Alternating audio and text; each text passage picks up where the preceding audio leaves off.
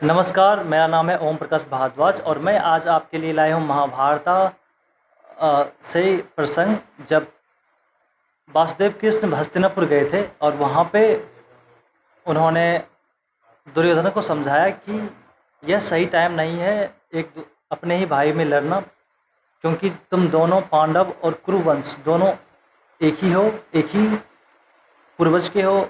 आपस में आपसी सहमति से अपने ज़मीन का बंटवारा कर लीजिए और एटलीस्ट मिनिमम 5 गांव ही दे दीजिए पांडव को, जिससे कि ये बिना महाविनाश टल जाए। तो उस टाइम दुर्योधन ने एक भी बात वासुदेव कृष्ण की नहीं मानी और उन्होंने आदेश दिया कि वासुदेव कृष्ण को बंदी बना लो। तो उस टाइम फिर वासुदेव ने अपना रूप दिखाया और बताया कि मैं कौन हूँ। मैं इस त्रिगुणात्मक सत्यरजतम से परे हूँ। तुम सभी मुझे लोग साधारण मनुष्य समझते हो। फिर उसके बाद उन्होंने सभी को वहाँ से चले गए। उस टाइम पे कर्ण भी वहीं थे। कर्ण दौड़ के जब गए और उन्होंने क्षमा मांगी अपने भाई की, अपने दोस्त की तरफ से कि वासुदेव कृष्ण मैं क्षमा मांगता हूँ और कौरवों की तरफ से अगर आपको बुरा लगा हो तो वासुदेव कृष्ण ने कहा कि नहीं, मैं मान अपमान से रहित हूँ, मुझे ये सब चीज़ से कोई फ़र्क नहीं पड़ता है। अगर आप कुछ फिर मेरे साथ चलना चाहते हो तो चलो। तो फिर कुछ दूर दोनों साथ साथ चले। उसके बाद श्री कृष्ण से कुछ क्वेश्चन पूछे श्री कर्ण ने।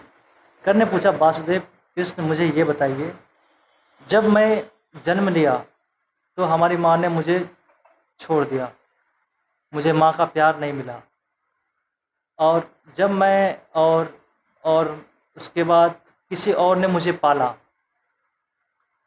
एक सूत पुत्र की तरह मैंने अपना जीवन बिताया।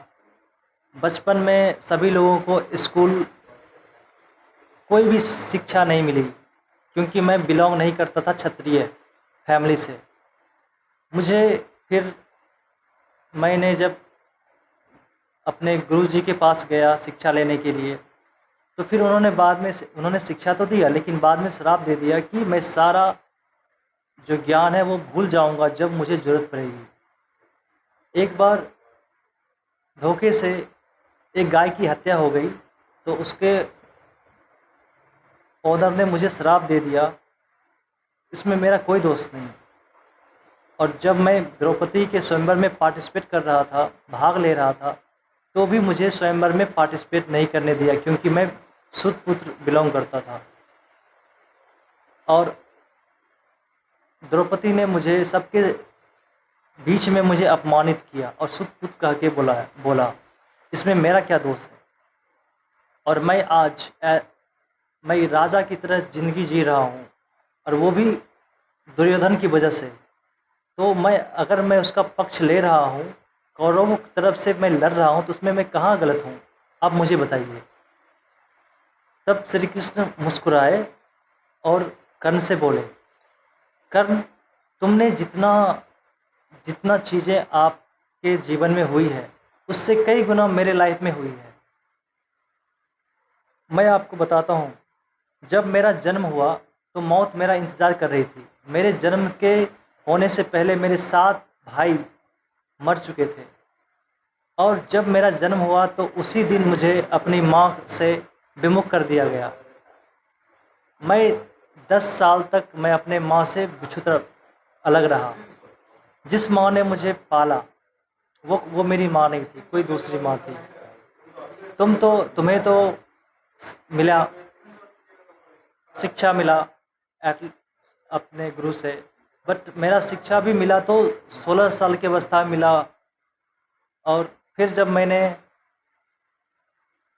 बहुत गोपियों को मैंने घर में जाके बात किया, प्यार प्यार दिया, और जीवन कैसे जिया जाता है संसार को बताया, तो संसार में ने मुझे रनछोड़ कहा, माखन चोर कहा। मैं मानता हूँ कि और मैं मानता हूँ कि आपके साथ बहुत सारी चीज़ें हुई है जो नहीं होना चाहिए, लेकिन आपको गलत राह पे चलने का लाइसेंस आपको कोई नहीं दे सकता है। आप अधर्म का साथ देंगे, ये उचित नहीं है। युधिष्ठिर के भी लाइफ में बहुत सारी चीज़ें हुई है जो सही नहीं है, लेकिन उन्होंने कभी अपना धर्म का मार्ग नहीं छोड़ा। वो अपने धर्म पे अडिग थे और अभी भी धर्म पे अडिग हैं, इसलिए उन्हें धर्मराजा भी कहते हैं। और कर्ण, तुम अग्रज हो, तुम ज्येष्ठ हो, और यदि यदि तुम आ जाते हो पांडव के पक्ष में तो निश्चित रूप से कौरव जो युद्ध करना चाह रहे हैं वो युद्ध नहीं होगा। तो और आप जो जब पांडव पक्ष में आ जाओगे तो द्रौपदी आपकी रानी होगी। तो कर्ण ने मुस्कुराया कि नहीं, बस द्रौपदी ने मुझे भरी सभा में मुझे अपमान किया था और ये अब बहुत बहुत टाइम हो चुका है, अब वो मेरा कोई कंसर्न है नहीं। अब मेरा एक ही मकसद है, दुर्योधन के पक्ष में रहना, क्योंकि दुर्योधन तब मेरा साथ दिया था जब कोई इस दुनिया में मेरा कोई साथ नहीं था। कहाँ था धर्म जब सारे लोग मुझे सूत पुत्र के नाम से पुकारते थे? कहाँ गया था धर्म जब हमें द्रौपदी स्वयंवर में पार्टिसिपेट नहीं करने दिया गया? कहाँ था धर्म जब मुझे शिक्षा से वंचित किया गया, मुझे शिक्षा नहीं मिला? वासुदेव, आप धर्म की बात करते हैं, मेरे साथ ये सब अन्याय हुआ है। वासुदेव कृष्ण ने फिर से मुस्कुराया और बोला कि तुम सूतपुत्र कहलाए, ठीक है, और सूतपुत्र किसी का जन्म ये नहीं डिपेंड करता है कि आप कितना आप कर सकते हैं लाइफ में, क्या आप आगे नहीं बढ़ सकते हैं। अगर एक सूतपुत्र भी है, यदि वो कर्म अच्छे करता है तो उसे सफलता निश्चित रूप से प्राप्त होगी, क्योंकि कभी भी धर्म कभी भी किसी के साथ भेदभाव नहीं करती है।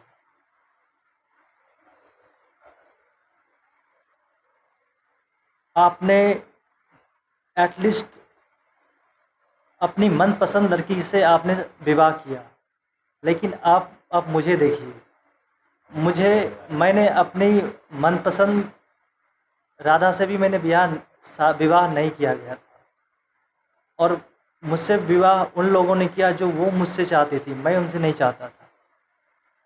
तो लाइफ में आपको जितना भी कठिनाई हुई है या अभी तक हुई है, लेकिन इसका मतलब ये नहीं है कि आप अधर्म का पक्ष रखेंगे। अधर्म का साथ कभी नहीं देना चाहिए और अपने धर्म का पालन करते हुए सच्चे अडिग धर्म से पालन करना चाहिए और अपना निर्वाह करना चाहिए। फिर कर्ण ने मुस्कुराया और बोला, वासुदेव, मैं अपना दोस्त का साथ छोड़ नहीं सकता, क्योंकि मैं राजा की तरह जिंदगी जी रहा हूँ, तो बिकॉज ऑफ माय दुर्योधना, इस वजह से मैं चाहे कुछ हो जाए, मैं मर जाऊं या इस युद्ध में जीतूं या हार जाऊं, मैं अपने दोस्त के ही पक्ष में रहूंगा। फिर वासुदेव ने मुस्कुराया और फिर वहाँ से चले गए। तो इससे ये शिक्षा मिलती है कि भले ही आपके लाइफ में कितना भी अन्याय हुआ है, अनजस्टिस हुआ है, आपको एजुकेशन नहीं मिला है, आप जो चाहते हैं लाइफ में वो आपको नहीं मिला है, लेकिन इसका मतलब ये नहीं है कि आप अधर्म का पक्ष लें।